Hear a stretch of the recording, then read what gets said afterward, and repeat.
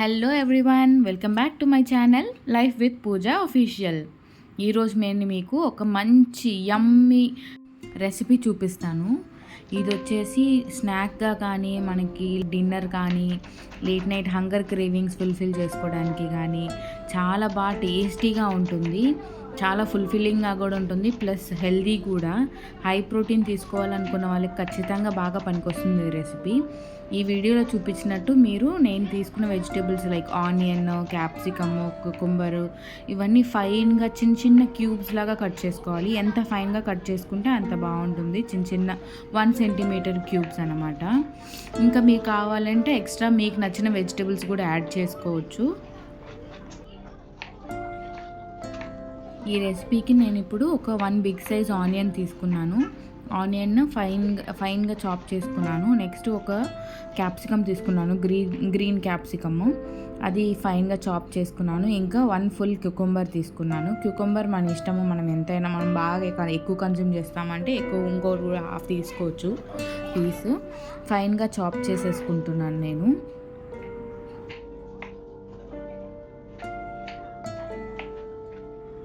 Then ఇంకా next నేను ఒక 200 గ్రామ్స్ పన్నీర్ తీసుకున్నాను. పన్నీర్ సాఫ్ట్గా ఉండేటట్టు చూసుకోండి, లేదంటే మీరు తీసుకున్న పన్నీర్ని సాల్ట్ వాటర్లో, వామ్ వాటర్లో కొంచెంసేపు 10 మినిట్స్ నానబెట్టండి. దెన్ మీరు తీసుకున్న పన్నీర్ సాఫ్ట్గా అవుతుంది. దెన్ వాటిని ఇట్లాగా చిన్న చిన్న క్యూబ్స్ కట్ చేసుకోవాలి, ఒక 1 సెంటీమీటర్ సైజు. ఆ తర్వాత ఇంకా ఇదంతా మీకు వెజిటబుల్స్ మెయిన్ రెడీగా ఉంటే ఇవన్నీ సింపుల్ ఈజీ ప్రాసెసేనండి. ఒక చిన్న కడాయి తీసుకొని దాంట్లో 1 టేబుల్ స్పూన్ ఆయిల్ తీసుకోవాలి. మీరు oil normal sunflower oil, refined oil ఏమైనా యూస్ చేసుకోవచ్చు, లేదంటే ఆలివ్ ఆయిల్ తీసుకుంటే ఇంకా బాగుంటుంది. నేను ఇక్కడ నార్మల్ సన్ఫ్లవర్ ఆయిలే యూస్ చేస్తున్నాను. ఫస్ట్ పన్నీర్ వేసేసి పన్నీర్ కొంచెం లైట్గా అట్లా రోస్ట్ చేశాను. దాని తర్వాత క్యాప్సికము, ఆనియన్స్ తీసుకున్నాను, కొంచెం పసుపు వేసుకున్నాను. వీటిని ఫస్ట్ పైకి కిందకి ఇట్లా మొత్తం కలిపేస్తున్నాను. అది ఎక్కువసేపు కుక్ అవ్వకూడదు. క్యాప్సికము, ఆనియన్స్ వేసిన తర్వాత జస్ట్ ఒక 1 to 2 మినిట్స్ అంతే, లో ఫ్లేమ్లో చేసుకోండి. దాని తర్వాత నేను ఇక్కడ ఆరిగానో ఇంకా రెడ్ చిల్లీ ఫ్లేక్స్ తీసుకున్నాను. రెడ్ చిల్లీ పౌడర్ కూడా తీసుకున్నాను స్పైస్ లెవెల్స్కి. మీరు ఎక్కువ తినేటట్టయితే ఇంకొక స్పూన్ కూడా వేసుకోవచ్చు. నేను జస్ట్ 2 స్పూన్స్ వేసుకున్నాను. దెన్ సాల్ట్ వేసి మిక్స్ చేసేసుకుంటున్నాను. స్పైసెస్ అయితే ఇంతేనండి. జస్ట్ పైకి కిందకి మొత్తం బాగా ఈవెన్గా కలిసేటట్టు కలుపుకోండి. దాని తర్వాత ఇంకా క్యూకుంబర్ ఉంది కదా, స్టవ్ ఆఫ్ చేసేసి క్యూకుంబర్ మొత్తం మిక్స్ చేసేసుకోండి. ఇంకా స్టవ్ ఆన్లో ఉండకూడదు అనమాట. కుకుంబర్ మొత్తం కలిపేసుకోండి.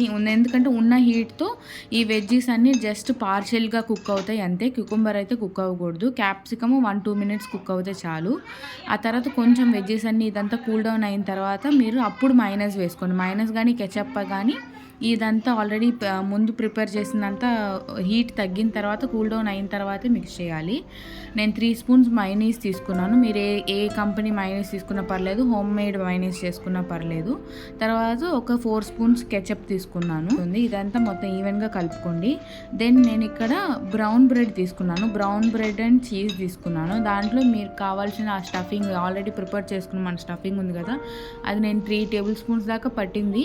మీరు మీ బ్రెడ్ సైజుని బట్టి మీ స్టఫింగ్ ఎంత రిక్వైర్మెంట్ ఉందో దాన్ని బట్టి వేసుకోండి. స్టఫింగ్ చేసి ఒకసారి పైన ఇంకొక బ్రెడ్ స్లైస్ పెట్టి జస్ట్ అట్లా ప్రెస్ చేయండి. అప్పుడు మీకు కదలదు, ఇంకా స్టఫింగ్ అంతా బయటికి రాకుండా ఉంటుంది. దెన్ ప్యాన్ మీద నేను కొంచెం గీ అప్లై చేశాను. మీరు కావాలంటే బటర్ కూడా తీసుకోవచ్చు, లేదంటే ఫ్లేవర్డ్ బటర్స్ ఉంటాయి కదా, గార్లిక్ బటర్ అట్లాంటివి కూడా మీరు తీసుకోవచ్చు. అది తీసుకొని జస్ట్ 2 సైడ్స్ ఈవెన్గా బ్రౌన్గా వచ్చేటట్టు కాల్చుకోండి. స్లోగా మీడియం ఫ్లేమ్లో పెట్టుకొని కాల్చుకోండి. ఇంకంతే. మీకు కావాలంటే డయాగ్నల్గా కట్ చేసుకోవచ్చు, లేకపోతే క్యూబ్స్ లాగా కట్ చేసుకోవచ్చు, చిన్న చిన్న క్యూబ్స్ లాగా మీ ఇష్టం. ఇంకా కటింగ్లో డయాగ్నల్గా కట్ చేసుకుంటారు, క్యూబ్స్గా కట్ చేసుకున్నాము. కానీ ఇది మాత్రం ఒక యమ్మీ ఈవినింగ్ స్నాక్స్ అయిపోతుంది. పిల్లలకైతే చాలా బాగా నచ్చుతుంది. మా ఇంట్లో మా వాడికి ఆర్యన్కి అయితే బాగా నచ్చుతుంది, పెద్దోడికి. చిన్నోడు జస్ట్ ఎక్సైట్ ఫీల్ అయ్యాడు, కానీ వాడితో బ్రౌన్ బ్రెడ్ తిన్నాడంతే. ఇది ఈచ్ మనం ఇంట్లో చేసుకుంటే ఈచ్ 2 ఈజీగా తినేసేస్తాము శాండ్విచ్లు. ఇంకా చాలా ఫిల్లింగ్గా కూడా అనిపిస్తుంది, ఎందుకంటే లోపల పన్నీర్ స్టఫింగ్ ఉంది కాబట్టి చాలా హెవీగా కూడా అనిపిస్తుంది. సేమ్ ప్రాసెస్ మీరు చికెన్తో కూడా చేసుకోవచ్చు, లేదు అంటే సోయా చంక్స్తో కూడా యూస్ చేయొచ్చు.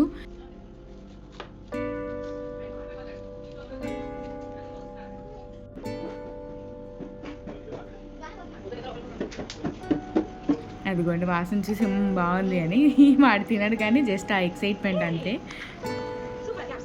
అండ్ దెన్ ఆ తర్వాత కిచెన్ కొంచెం క్లీనప్ చేసేసుకున్నాను. ఇంకా నెక్స్ట్ డిన్నర్ ప్రిపరేషన్ చేసేసుకుంటున్నాం అన్నమాట.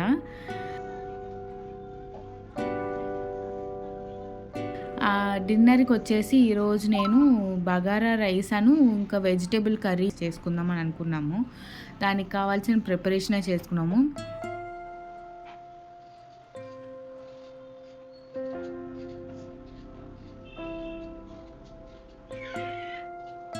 వెజిటేబుల్స్ అవి కట్ చేయడానికి రెడీ చేసుకుంటున్నాను, ప్రిపేర్ చేస్తున్నాను ఇప్పుడు.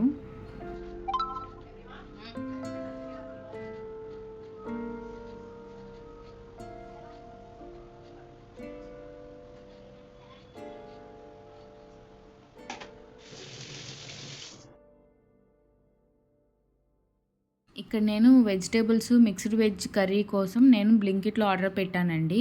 నేను అంటాం విడివిడిగా క్యాలీఫ్లవర్ ఇవన్నీ తెప్పించడం ఎందుకని ఒక్కసారిగా మంది ఉంటుంది కదా, మొత్తం ఆల్ మిక్స్ వెజిటేబుల్ బాక్స్ అది పెట్టాను. దాంట్లో కాలీఫ్లవర్, క్యారెట్స్, ఇంకా బీన్స్ అవి వచ్చినాయి. నేను మాత్రం ఆలు అవన్నీ ఇంట్లో నేను ఇవన్నీ కట్ చేసి పెట్టుకుంటున్నాను. ఇది వచ్చేసి బగారా రైస్కి ఇంకా గ్రేవీ ఏదైతే కర్రీ చేస్తున్నానో మిక్స్ వెజ్ కర్రీస్, దానికి నేను వెజిటబుల్స్ చాప్ చేసుకుంటున్నాను. బగారా రైస్ అయితే డైరెక్ట్ నేను రైస్ కుక్కర్లోనే చేసేస్తున్నాను, ఈజీగా ఉంటుందని. సో ఒక 2 టేబుల్ స్పూన్స్ ఆయిల్ వేసుకొని దాంట్లో షాయి జీరా వేసుకున్నాను. అసలు ఏమి ఎక్కువ స్పైసెస్ ఏం లేకుండా జస్ట్ ఫ్లేవర్డ్ రైస్ లాగా చేస్తున్నాను, ఎందుకంటే కర్రీ స్పైసీగా చేసుకుందామని అనుకుంటున్నాము. సో జస్ట్ షాయి జీరా వేసి హోల్ గరం మసాలాస్ ఏం వేయట్లేదు నేను. జస్ట్ ఆనియన్స్, గ్రీన్ చిల్లీస్ వేసాను, షాయి జీరా వేసి, దెన్ జింజర్ గార్లిక్ పేస్ట్ వేసాను. సో ఇక్కడ నేను హోల్ గరం మసాలా బదులు నేను ఎవరెస్ట్ వాళ్ళది ఇక్కడ షాహీ బిర్యానీ మసాలా యూస్ చేస్తున్నాను. ఒక 1.5 స్పూన్ 2 స్పూన్స్ దాకా యూస్ చేస్తున్నాను. అది జస్ట్ మిక్స్ చేసేసి ఇంకా సాల్ట్ యాడ్ చేసుకున్నాను.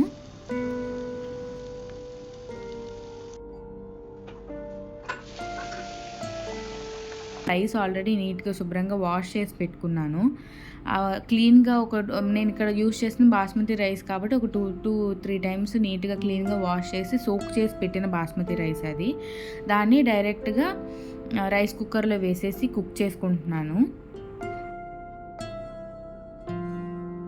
ఆలోపు హాల్లో నుంచి గట్టిగా క్లాప్స్ గేగేగని ఆ సౌండ్ వస్తుంది. ఏంటో చూస్తే మా చెల్లెలు వాళ్ళ బాబు, వాడికి రామదాస్ సాంగ్స్ అని చాలా ఇష్టము, ఎంజాయ్ చేస్తున్నాడు భజన చేసుకుంటూ. సో ఇక్కడ నేను ప్రిపరేషన్ మిగతా కర్రీస్ అవన్నీ చేద్దామని వచ్చేసాను మళ్ళీ. ఇంకా ఇక్కడ నేను మిక్స్డ్ వెజ్ కర్రీ ప్రిపేర్ చేయడానికి స్టార్ట్ చేస్తున్నాను ప్రెప్. డైరెక్ట్ డీప్ బౌల్ తీసుకొని దాంట్లో ఆయిల్ వేసేసుకున్నాను. నెక్స్ట్ ఆనియన్స్ ఇంకా గ్రీన్ చిల్లీస్ వేసేసుకున్నాను.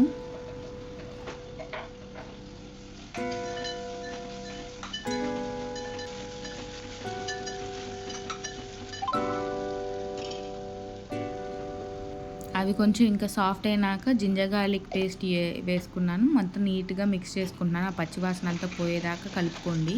కొంచెం జింజర్ గార్లిక్ పేస్ట్ వేగిన తర్వాత దెన్ ఇక్కడ నేను ఆల్రెడీ ముందరే ఇది మిక్సీ వేసేసుకున్నానండి మసాలా. ధనియాలు, జీలకర్ర, సోంపు, యాలకులు, మిరియాలు, చెక్క, లవంగాలు, ఇంకా స్టార్ యానస్ ఇవన్నీ వేసి కొంచెం పుదీనాకు అది కూడా వేసి మిక్స్ చేసుకున్నాను, కొబ్బరి ఇవన్నీ. సో ఆ మిక్సీ పేస్ట్ దాంట్లో వేసి కర్రీ వేగడానికి పెట్టేశాను. ఆలోపు ఇది కొంచెం వేడైంది కదా, ఆయిల్ ఆల్రెడీ ఇది సోక్ చేసుకున్న రైస్ దీంట్లో మిక్స్ చేసేసి ఒకసారి కలుపుతున్నాను. అట్లా కలిపితే ఏంటంటే ఆయిల్లో కలిస్తే రైస్ మొత్తం కొంచెం అదేంటి మషిగా రాకుండా విడివిడిగా రైస్ ఉంటుంది. సో అందుకని ఫస్ట్ ఆయిల్లో ఒకసారి అట్లా ఫ్రై చేసి దెన్ ఎసరికి వాటర్ పోసేస్తున్నాను.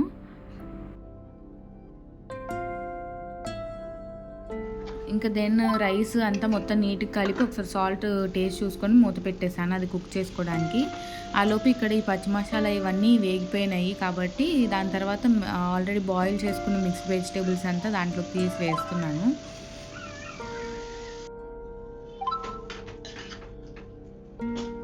ఒక్కసారి కర్రీ అంతా పైనుంచి కిందకి మొత్తం కిందకి కలుపుకున్నాక దాంట్లో కొంచెం పసుపు ఇంకా సాల్ట్ అవి యాడ్ చేసుకుంటున్నాను. మిగతా స్పైసెస్ ఇంకా కారం కూడా యాడ్ చేసుకుంటున్నాను.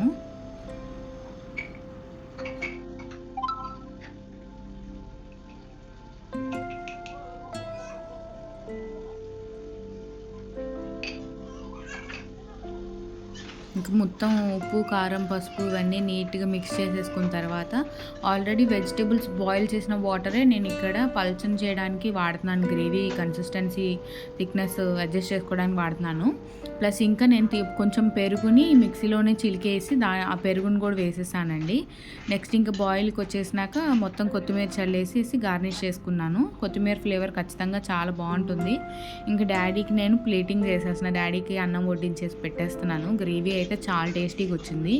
మీరు ఎప్పుడైనా వెజ్ కర్రీ ఇట్లా స్పైసీగా చేసుకోవాలన్నప్పుడు బగారా రైస్ అట్లా వండుకోండి, అసలు ఏం స్పైస్ లేకుండా. మెయిన్గా మా ఇంట్లో డాడీ ఎక్కువ స్పైస్ లెవెల్స్ తినరు కాబట్టి మేము ఇట్లా చేసుకున్నాము. ప్లస్ ఇంకా బాయిల్డ్ ఎగ్స్ పెట్టుకున్నాము.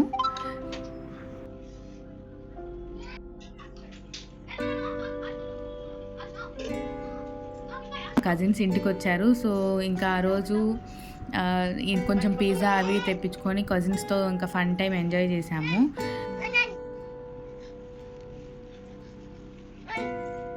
నెక్స్ట్ డే వచ్చేసి మేము చిన్నోడిని ఆంజనేయ స్వామి టెంపుల్కి తీసుకెళ్దామని చెప్పి అనుకున్నాను. సో ఇంకా ఆ రోజు కొంచెం స్పెషల్గా చాలా రోజులు అయింది శారీ కట్టుకుందాము అని.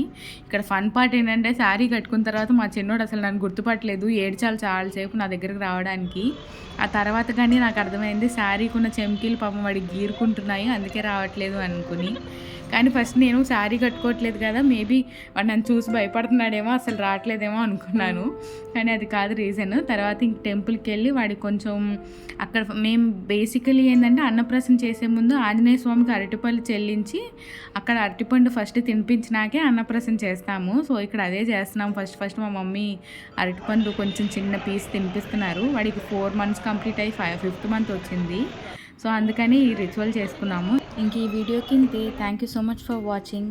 See you with the next video. And please like, share and comment and also subscribe.